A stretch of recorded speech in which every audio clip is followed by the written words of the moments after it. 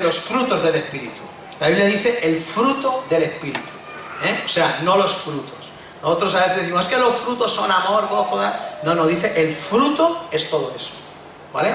Entonces tenemos que, se nos puntualizó sobre eso y se nos habló sobre el amor y sobre el gozo. Y hoy me toca a mí seguir con los dos siguientes y vamos a estar hablando sobre la paz y la paciencia. Y yo cuando estaba preparando esto, yo decía, ¿qué será primero, la paz o la paciencia? Es como aquello, ¿qué es primero, el huevo o la gallina? A ver, ¿qué pensáis que vino primero? ¿El huevo o la gallina? ¿La gallina? El huevo. ¿El huevo? ¿Y quién puso el huevo? ¿Y de dónde salió la gallina? Pues es que... Ah, ya estamos, ahí la creó Dios, exacto.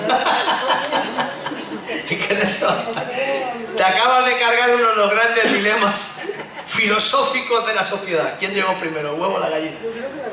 La creó Dios. No, pues esto es igual, ¿no? Cuando hablas de paz y hablas de paciencia, dices, ¿qué será primero? Y yo estaba meditando sobre esto y digo, vamos a ver, sin paz es imposible tener paciencia.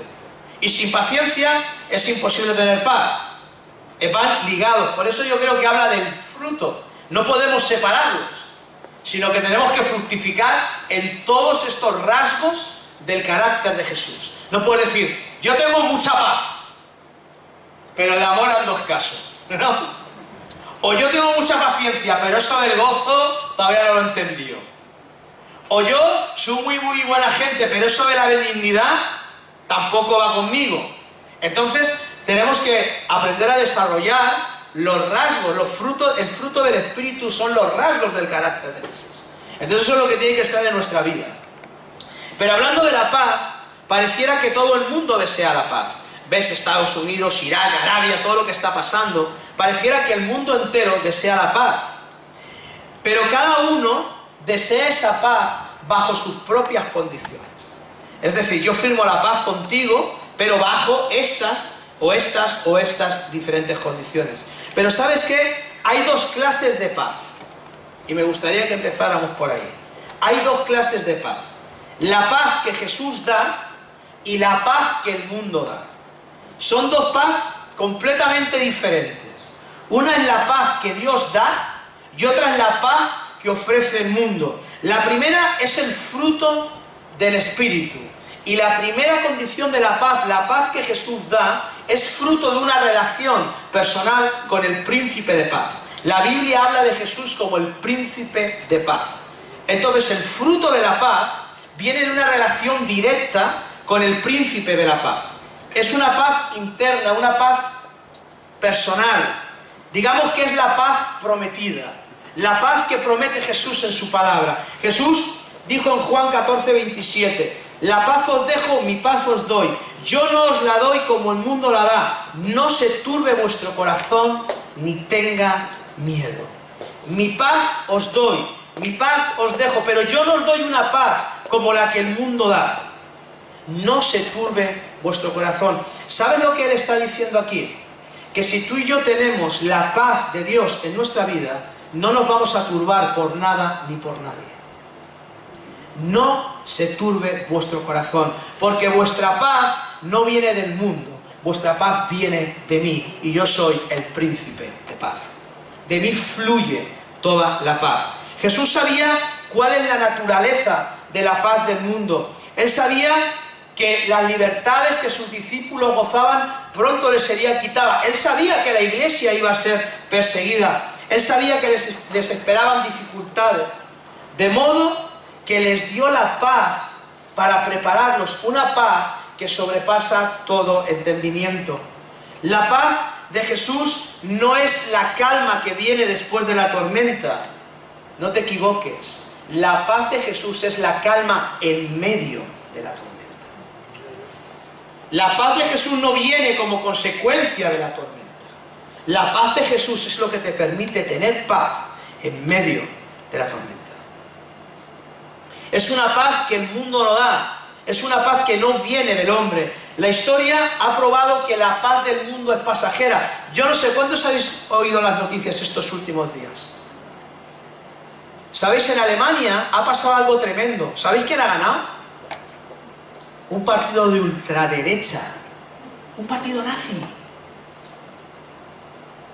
Y han desplazado a Merkel. Y va a gobernar la ultraderecha. ¿Sabes lo que significa esto? Que los sirios van a salir por patas de Alemania. Porque es lo primero que van a hacer, sacar a todos los refugiados. Esto es tremendo. Una nación que hace una serie de años provocó una segunda guerra mundial, vuelve a caer en el mismo error. La paz que se firmó es pasajera, la paz que el mundo ofrece no es para siempre.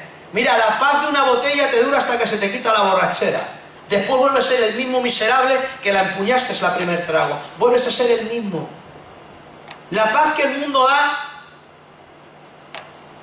hoy te la doy, mañana te la quito, hoy te llevo bien contigo, mañana te odio. Esa es la paz que el mundo ofrece.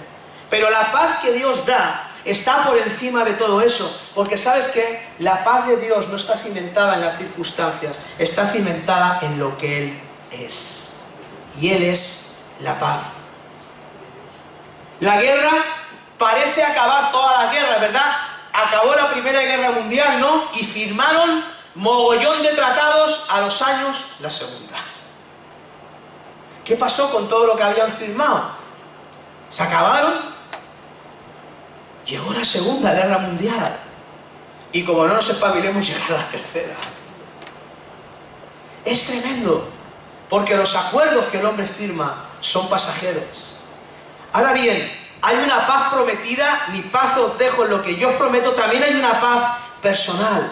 La paz es la que Dios te da, es la relación que tú tienes con Él, es interna, es personal.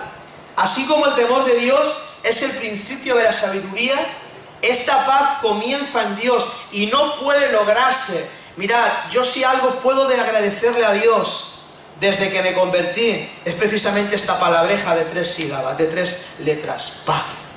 Yo no había conocido la paz, me odiaba a mí mismo, no me soportaba ni yo, no sabía lo que era vivir en paz, y si no vivía en paz conmigo mismo, ¿cómo voy a vivir en paz con los demás?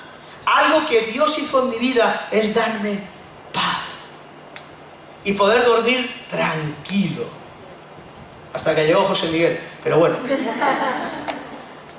me dio paz, ¿verdad? Pero eso viene de una relación personal con Él. A mí me aterra como muchas veces cuando las cosas van mal, podemos decir, yo dejo todo, le meto 2 patas a todo y yo me voy, yo paso de Dios. Y me aterra cómo a veces hablamos con esa facilidad. Me aterra la facilidad que tenemos para decir hoy qué paz tengo y mañana odiar a todo el mundo. Es tremendo. Aunque la Biblia dice que por una boca a veces bendecimos y con otra también maldecimos. Pero es tremendo cómo dejamos que las circunstancias nos roben la paz que Dios nos ha dado. ¿Y sabes por qué? ¿Sabes cuándo en mi vida empieza a dejar de haber paz? Cuando mi relación con Dios se debilita. Cuando no tengo mis tiempos de oración, cuando no tengo mis tiempos de lectura, cuando no tengo mis devocionales, cuando no tengo mis tiempos de pasear con Dios, cuando mi relación con Dios baja, el pequeño Juanjo empieza a crecer. Y la paz que Dios me ha dado, empiezo a perderla, porque mi relación con Él se deteriora. ¿Y sabes qué? Jesús es la vid y nosotros somos los pámpanos. Y fuera de la vid no podemos hacer nada. Cuando tú y yo dejamos de chupar de la unción, de la savia del Espíritu Santo, comenzamos a secarnos. Porque fuera de Dios no podemos hacer nada. Y todo lo que Dios te haya dado, en el momento en que tú cortes la unción con Dios, empezará a secarse. Porque has roto. Es como cuando a un niño le cortan el cordón umbilical, ya no depende de la madre, ¿verdad que no? Ahora depende de él mismo. Empieza a ser autónomo. Claro que depende de la madre, porque es de mamá, no es de biberón. Pero ya no es una dependencia en la barriguita. Ya respira, ya llora, ya se mueve por él mismo. Pues esto es igual. Nosotros fuera de Dios no podemos hacer nada. La paz del mundo fracasa porque dejamos fuera a Dios. Y no puede haber ninguna permanencia de paz entre los hombres hasta que los hombres decidan ponerse en paz con Dios. La relación vertical con Dios debe ser antes que la relación horizontal. Tú puedes tener paz horizontalmente porque tienes paz verticalmente. Por eso tú puedes tener paz en lo lineal, porque tienes paz en lo vertical. Y la paz viene de Dios. Y mientras que la cruz no se establezca en nuestras vidas, no podremos tener paz. Es imposible. Estaremos un tiempo bien y un tiempo mal. ¿Sabes? Por medio de la cruz, Jesús hizo posible la reconciliación entre los hombres y Dios. En Efesios 2:14 dice, porque Él es nuestra paz, que de ambos pueblos hizo uno. A través de la cruz, Él reconcilió al hombre con Dios, con lo cual el hombre puede tener paz.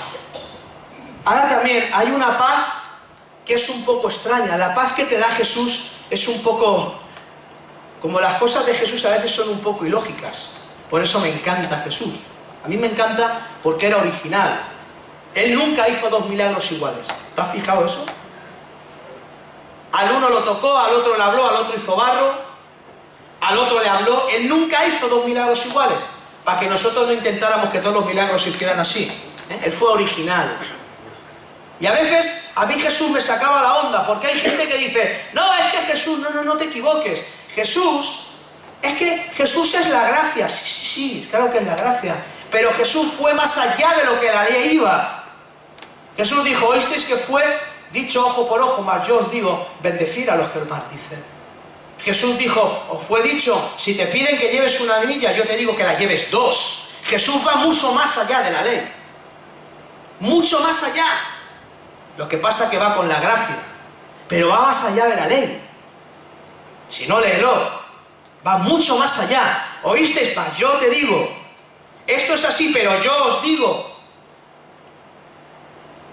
Entonces, ¿por qué va más allá? Por la gracia. Entonces debemos de entender que a veces las cosas que Jesús da, por ejemplo, la paz de Jesús a veces es extraña en muchas maneras. Mientras la paz del mundo está basada en el principio del mal por mal, la paz de Jesús, ¿sabes lo que hace? Te permite devolver bien por mal. Eso es lo que hace Jesús. En el mundo te dicen, te has escupido, escúpele más fuerte. Te ha pegado, pégale más fuerte. Y luego firmas la paz, pero primero que te las pague. ¿No? Primero lo aniquilas y luego firmas la paz con él. ¿No? Pero Jesús te dice, no. Devuelve bien por mal. Pero eso solamente puedes hacerlo cuando tienes paz. Fíjate, en Mateo 5, 11 y 12 dice, bienaventurados sois cuando por mi causa os vituperen y os persigan y digan toda clase de mal contra vosotros mintiendo.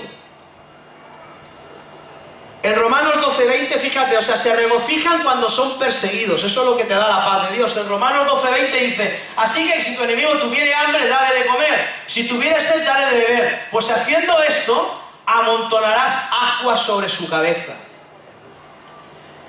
En Mateo 5, 39 al 41 nos dice que van a la segunda milla, que ponen la otra mejilla. En 1 Corintios 6, 7 dice que se niegan a llevar a un hermano a juicio cuando el otro les ha ofendido. Romanos 14, 21 dice que no ponen piedra de tropiezo, sino que le permiten que su conciencia sea su guía. Pero eso solamente puedes hacerlo cuando tienes la paz de Dios en tu corazón. No hay nada natural en la paz que Jesús da. Es más, de verdad, se necesita más poder para devolver bien por mal que para exigir justicia, ¿cierto o no? ¿A ti qué te cuesta más? Respóndete. Ahora bien, hay una tercera paz, o una tercera faciente de la paz, una faceta de la paz, que es la paz del pacificador. El apóstol Santiago, en Santiago 3:18 dice, y el fruto de justicia se siembra en paz para aquellos que hacen la paz. ¿Qué es lo que está diciendo? Que la paz no se encuentra, se hace.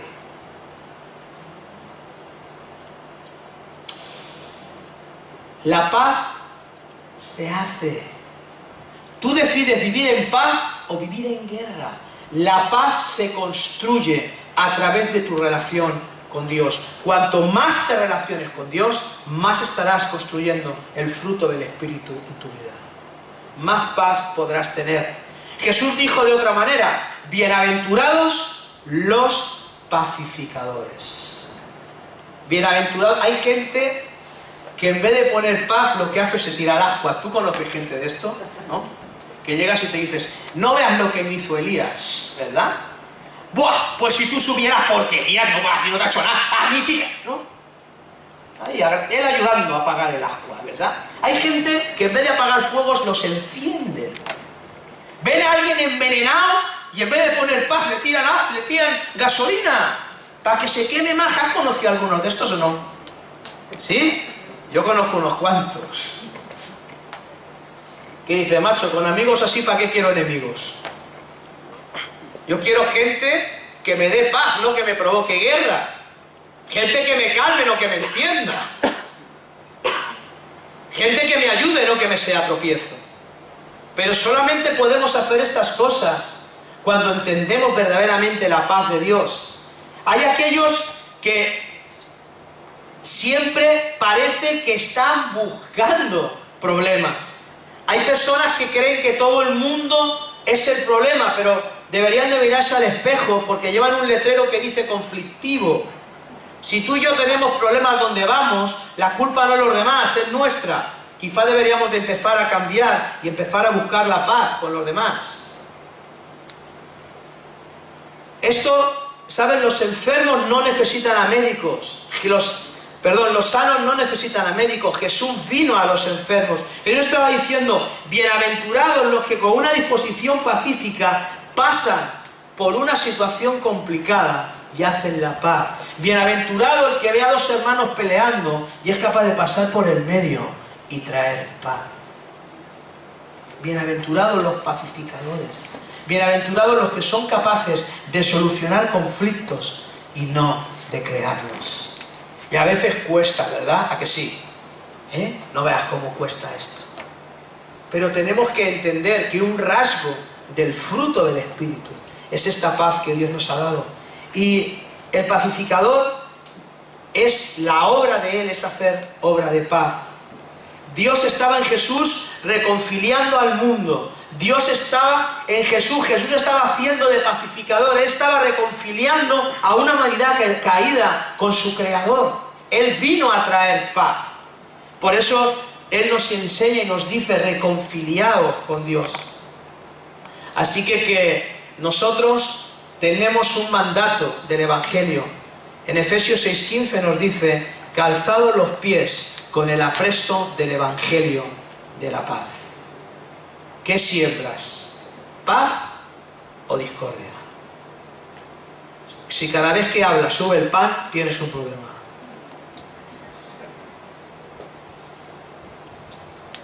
¿Qué siembras? ¿Pacificas? Pues es el fuelle.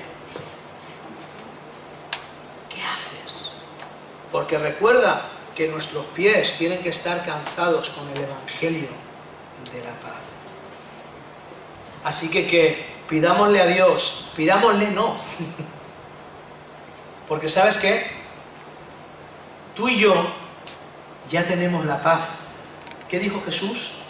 Mi paz os dejo, mi paz os doy. ¿Sabes lo que pasa? Que a veces no nos hemos enterado. Esto pasa igual que el dominio propio. Tenemos dominio propio. Lo que pasa es que está oxidado. Pero tenerlo, lo tenemos. ¿Para qué? No nos lo creemos, pero lo tienes de verdad, lo tienes. Te digo yo que lo tienes. Y la paz también lo tienes. Créetelo que lo tienes, te puedes controlar. En la carne no, pero en el Espíritu sí. Lo puedes hacer. Porque es un fruto. Ya llegaremos ahí. Es un fruto. Vamos a hablar brevemente de la paciencia. ¿Qué es la paciencia? La paciencia es a José Miguel esperando para abrir el regalo. Ya se pone, lo ves que quieto, ¿no? O a Sofía, ya sabe, ¿verdad? La paciencia es esperar a un familiar que está lejos y esperar su regreso. La paciencia de un pastor a veces es sembrar la visión que él tiene en la iglesia y ver cómo la iglesia no se entera, ¿no? Y te dan ganas de decir como aquel Señor manda fuego, ¿no? Que me quedo sin congregación, ¿no? La paciencia. ¿Cómo cuesta esto la paciencia? Sobre todo para los que somos sanguíneos como yo, ¿eh? Para los que somos sanguíneos esto de la paciencia lo llamo fatal. El que es así melancólico lo lleva más guay. Pero yo desde que vi en la cosa de los colores de los hombres entendí muchas cosas, mira. Rojo sangre, ¿eh? Entendí muchas cosas, de verdad que me di cuenta que mi color favorito era mi color favorito. Fíjate qué desgracia, ¿sabes? Dije, no, pues si es que no, mi color es este, aunque me gusta. Pero es así, de verdad, o sea, paciencia. Tú tienes que tener paciencia a veces con la gente, ¿o no? O solo me pasa a mí. ¿Eh? Y verdad, hay que sí. ¡Qué paciencia! Otra vez. ¡Wow! Pero ¿sabes qué? Cuando digas eso, ¿eh? Cuando yo diga, ¡qué paciencia! Haces así. Y dices, ¡qué paciencia!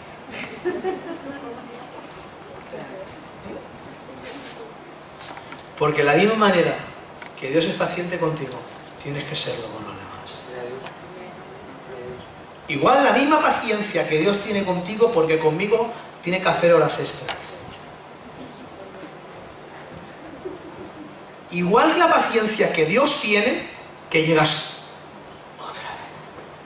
Y yo creo que Dios dirá, ay, cabezón. Venga. Y a los 2 meses, pues cuando se vayas a perder la paciencia con alguien, mira para arriba. ¿Eh? Pero esto es complicado, ¿verdad? ¡Es que te lo he dicho 1000 veces! No, ¡es que no te enteras! Hay que tener paciencia. Pero ¿sabes qué? La paciencia no es algo humano. La paciencia viene de Dios. La paciencia viene del Espíritu. Cuando Pablo dice, mas el fruto del Espíritu es paciencia, la palabra griega, yo no hablo griego, ¿eh? No quiero aquí pegar una vacilada de esta. Yo no le pego, hablo español y a veces le pego capas al diccionario brutal. Pero en griego la palabra se llama macro, no es el supermercado, ¿eh? Es macrotumía, que traducida significa, es una palabra compuesta, dice macros, que es largo, y tumía, que es temperamento. O sea, tienes que tener un temperamento largo. ¿Sabes por qué? Porque Dios es tardo para la ira. Pero a veces nosotros tenemos un temperamento muy corto. Excesivamente corto. Si decimos, no me busques, que a mí no hay que buscarme mucho, ¿eh?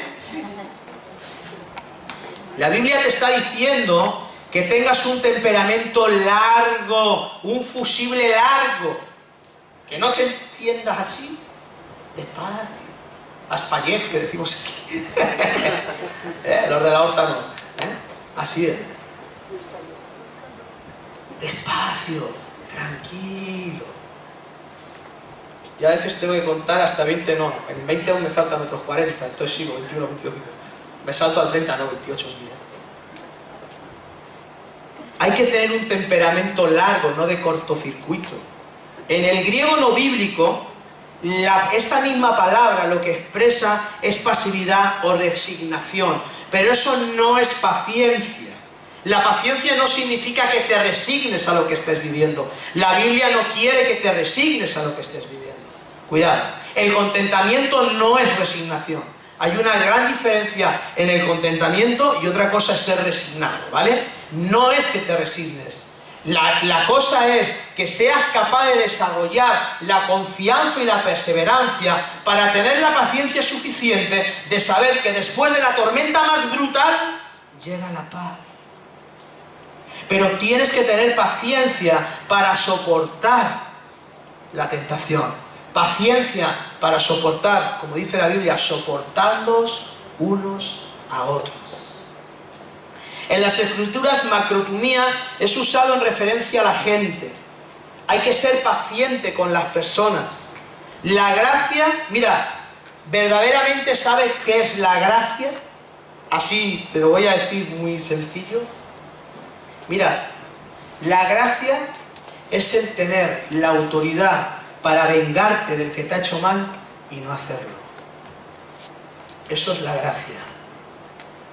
El poder juzgar y no hacerlo, como hizo Jesús. El tenerlo, imagínate que te traen al que te lleva mintiendo sobre ti, difamando, insultándote, poniéndote mal en media España, y te lo tienen delante y te dan una espada y dicen, venga, córtale la cabeza. No va a pasar nada. Lo puedes matar. La verdadera gracia es decir, ¿sabes qué? Te perdono. Te perdono. Pero eso solamente lo vamos a hacer cuando el fruto esté en nuestras vidas. Parece que la paciencia es más necesaria cuando el cristiano tiene menos ganas de ejercitarla. Cuando estás en el punto más bajo espiritual, ¿a ti no te pasa eso? ¿Tú no parece que piensas que todo el mundo se confabula contra ti? ¿O solamente me pasa a mí? Sí, yo hay días que me levanto y digo, es que todo el mundo se ha propuesto fastidiarme el día. O sea, desde el vecino hasta en el metro, luego el que no me deja sacar el coche del garaje, después, es que parece que hasta los semáforos se ponen en rojo. Parece que todo el mundo va contra mí. Es decir, paciencia. Todo es pasajero. La paciencia es la tenacidad de la fe, el saber agradarnos y cogernos a Dios. El tiempo de paciencia no se consigue. La paciencia se consigue al caminar íntimamente con Dios. Proviene de la confianza en Dios. Podemos confiar en Él aunque no veamos la bendición. El cristiano es paciente en los eventos más fuertes de la vida, no porque pierda el control, sino porque permanece firme en la convicción de que la obediencia a Dios es requerida en la circunstancia. Cuando tú y yo desarrollamos la paciencia, vamos a entender que debes de estar parado en Dios hasta que Dios te ordene lo contrario. Aunque tú seas impaciente, a mí, de verdad, eso... ¿Habéis visto lo que pasa en los aeropuertos? Es curioso. Yo estoy cambiando. Me cuesta, ¿no? Pero estoy cambiando. O en el avión, ¿vale? Ya se oye la sirena, ¿no? De que el avión está en tierra, ¿no? Y todos se levantan a coger las maletas, ¿no? Y todos pues tienen que salir todos por la misma puerta. Tranquilo que no te vas a caer en el avión. 2 horas para embarcar y la gente ahí, ¡quita, que estoy yo primero! Pero si tienes que pasar por la misma puerta, si hasta que no suban no se va. Si hasta que no vean que estás en el asiento no va a despegar el avión. Te van a esperar. Tranquilo, no te ansies. ¿No? A mí me cuesta, pero estoy aprendiendo a que me esperen, ¿no? Pero es la impaciencia total. Pero en la vida no tiene que ser así. Tenemos que desarrollar esa paciencia que nos da la confianza en Dios. La palabra macrotumía describe el carácter de Dios. En Éxodo 34:6 dijo Dios a Moisés: Jehová, Jehová, fuerte, misericordioso y piadoso, tardo para la ira y grande en misericordia y verdad. Solo siendo un Dios de paciencia es capaz de soportarnos a nosotros. Dios siempre está dispuesto a ofrecer perdón, a impartir su gracia sobre el pueblo. Jonás tuvo un poquito de dificultad con la paciencia y le costaba al hombre esto de perdonar a los pecadores de su tiempo. Pero al igual que nosotros, tuvo que aprender a las malas lo que es la misericordia de Dios. Y Jonás tuvo que perderlo todo y acabar en un pescado para enterarse de la película, porque no se enteraba. No se enteraba de la historia y Dios le está diciendo que vaya, que no, que vaya, que no. Pero ¿sabes qué? Al igual que nosotros, Él tuvo que aprender a las malas.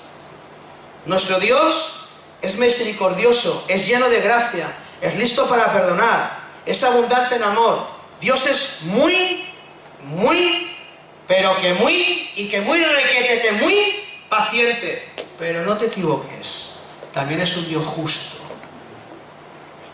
Y lo que siembres, eso mismo recogerás. Cuidado, porque a veces enfatizamos tanto en la gracia que se nos olvida la justicia de Dios. Y Dios es un Dios paciente, pero Dios es un Dios justo. Y es un Dios que a su tiempo trae juicio. Y la justicia de Dios resplandece. El énfasis del Nuevo Testamento es ampliado. Pedro, en 2 de Pedro, estoy terminando ya, 3:15, él dice: y tener entendido que la paciencia de nuestro Señor es para salvación. Mira, muchas veces Jesús no viene, y esto es inexplicable, pero ¿tú sabes por qué Cristo no viene ya? Porque quiere que se salve más gente. Todavía está esperando. Esto es fuertísimo, Y nosotros diciéndole: Señor, ven. Esto es fuertísimo. Dios tarda en venir porque todavía quiere que se salve más gente. Y es más, yo creo que todavía quiere que su novia, es decir, la iglesia, se le desarrolle un poquito el vestido. Porque a veces tenemos muchas arrugas en nuestros vestidos. Tenemos demasiadas lapsus. Tenemos que planchar un poquito los vestidos. Pero ¿sabes qué? Su paciencia es dar la oportunidad de que sus hijos se arrepientan y confíen en Él. Él espera, Él te va a esperar, pero recuerda que debes de arrepentirte, de reconocer tu pecado y arrepentirte. Y Dios te dará una segunda oportunidad. Él espera, Él es paciente, Él no quiere que nadie se pierda. Nuestro Dios está lleno de gracia y de misericordia. Nuestro Dios está lleno de paciencia. ¿Cómo podemos hablar de su paciencia y nuestra paciencia al mismo tiempo? Sencillamente porque cuando tú y yo somos pacientes es porque el fruto del Espíritu está obrando dentro nuestro. El Espíritu Santo está trabajando en nuestras vidas. Pero recuerda, la paciencia, a mí me contó Ana una vez una anécdota. Yo me reí mucho cuando me la contó, la voy a contar y lo dejamos con eso. Ella dice que tenía en la universidad un profesor que era budista, ¿no?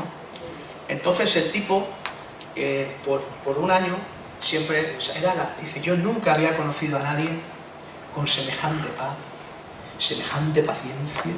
O sea, era increíble, ¿no? Ana decía, es que de verdad lo veías y hasta transmitía paz. Hasta que un día se le fue el santo al cielo y salió lo que era. Porque la paciencia y la paz no es algo terrenal, es algo espiritual.